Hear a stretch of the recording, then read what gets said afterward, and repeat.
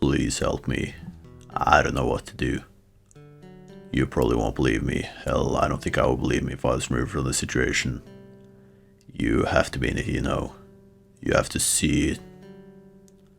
The first time it happened was like any other day. The sun rose. Seconds and minutes and hours passed by as I sat at the desk in my apartment, clicking away on my keyboard. I ate. The sun sank. A modicum of happiness sprang into my heart when my shift ended and I settled into the groove of my couch for the remainder of the night. I tried not to look around at the dark apartment, tried not to long for more. More space, more furniture, more voices filling the rooms than my own when I talk with Siri. I knew that if I allowed myself to wallow, to sink in the abyss of my isolation, I would never crawl out again. So I turned up the volume of television, basking in the escapism of society's projected images. The television was so loud that I don't know how long they were there. I only remember sensing a distortion in my peripheral, but I ignored it at first. I dismissed it as fatigue.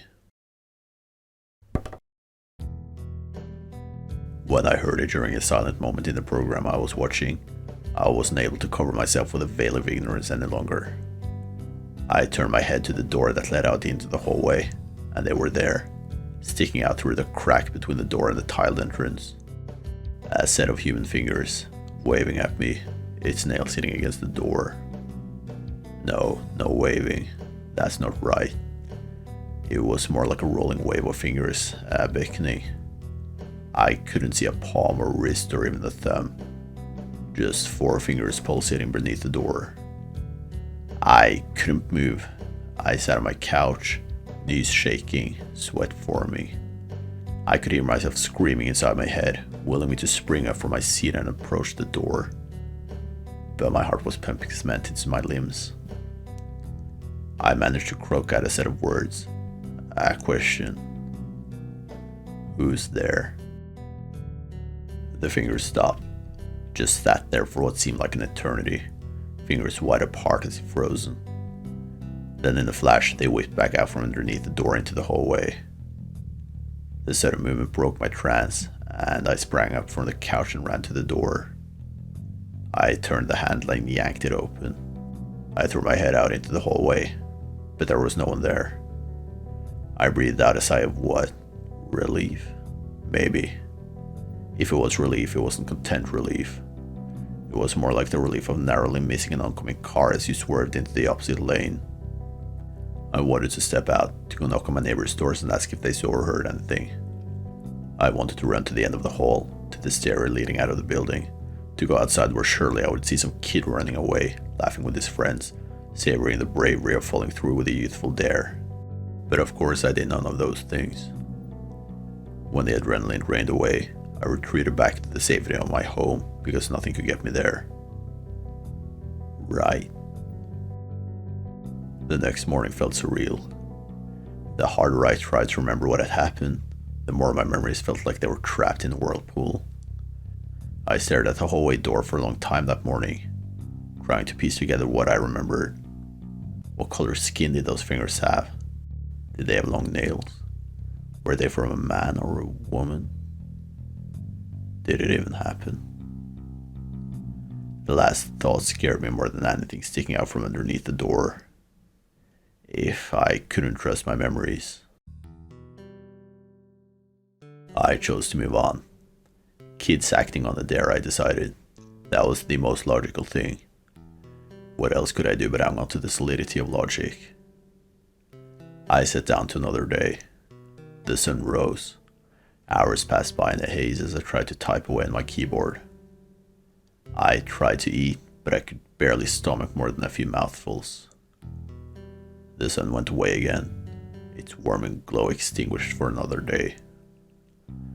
The television bloomed to life as I sat down on my couch. Despite my attempts to retain some sense of normalcy, my eyes couldn't help themselves. They kept darting back to the door, to the crack beneath it. In my head, it wasn't fingers that came through the crack, but instead a whole arm. It expanded, stretched, slithered up the door into the handle. Before I could stop it, The door opened and I couldn't close my eyes to the horror standing in the hallway. I closed my eyes and counted to 10, an old trick to calm myself down from such thoughts. When I opened them, I only saw a door, and this time my sigh of relief was one of content. Hours of passively watching television went by until I could stay awake no longer. I killed the images with a remote, stood up, and walked into the bathroom. I closed the door, not really thinking about the absurdity of wanting privacy in an apartment with no one but me in it. Some habits, I think, are so deeply ingrained that to break them requires a level of concentration I was not capable of at that point. After washing up, I buried my head in my hands, trying to will away that ache that had sprouted and taken root in the back of my brain. It was a pulsating pain, coming at me in waves, each crest bringing a fresh dose of stinging hurt. Flashes of images burst into my head, a long finger curling upwards, a decaying fingernail being ripped away, rotting skin falling off and revealing the bones of ghostly knuckles. I froze, my breathing quickened, short shallow breaths pushing out of my mouth. I had to look even though I knew what I would see. I removed my hands away from my face and looked to the bathroom door, to the crack beneath, and they were there. Pointed nails hooking towards the door, hitting the wood. As I sat there, I heard something else. Breathing. Long wheezes like stale air being pushed out of an air mattress. Someone was behind the door, in my apartment.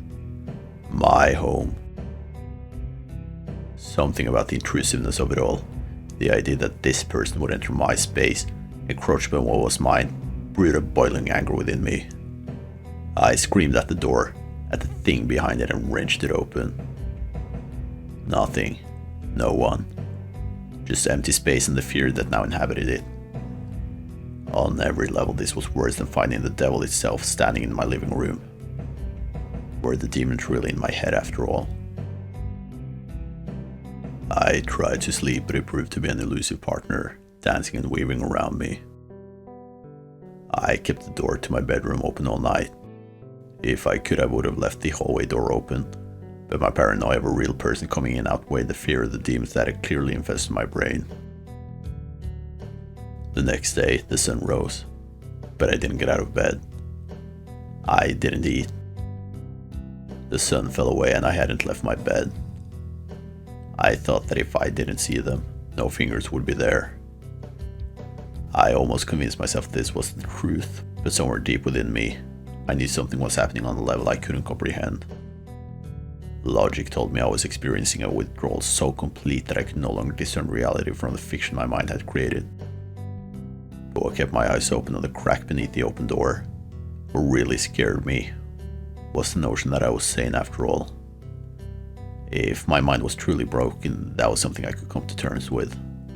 If, however, the plane separating us from whatever lurks beneath the surface had really been penetrated, then I was standing on the precipice of a giant's mouth, a gust of wind away from falling in and being swallowed up. Logic took over when days passed and nothing happened. I returned to a sense of normalcy. I managed to sleep. The sun rose again. I found my appetite. I even thought that maybe I would leave my home and go out into the world, interact with actual people. I went to bed last night with some hope coursing through my body. Still, underneath it all, I kept the door open. Before I closed my eyes, I waited for it. The click of fingernails hitting the door. Seconds ticked away, then minutes. I was almost asleep. No, it couldn't be. The door was open. The door was open.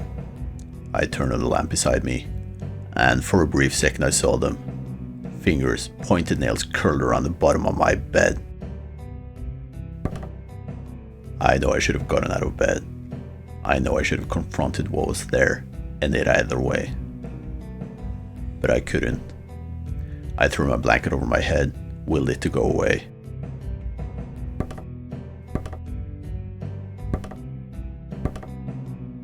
They were there all night. When the sun rose up, the clicking stopped, and I found the courage to throw the blanket off and get out of bed. This time, I found something. There at the bottom of my bed frame were scratch marks. Nail marks. Together they formed something. 2 words. Got you.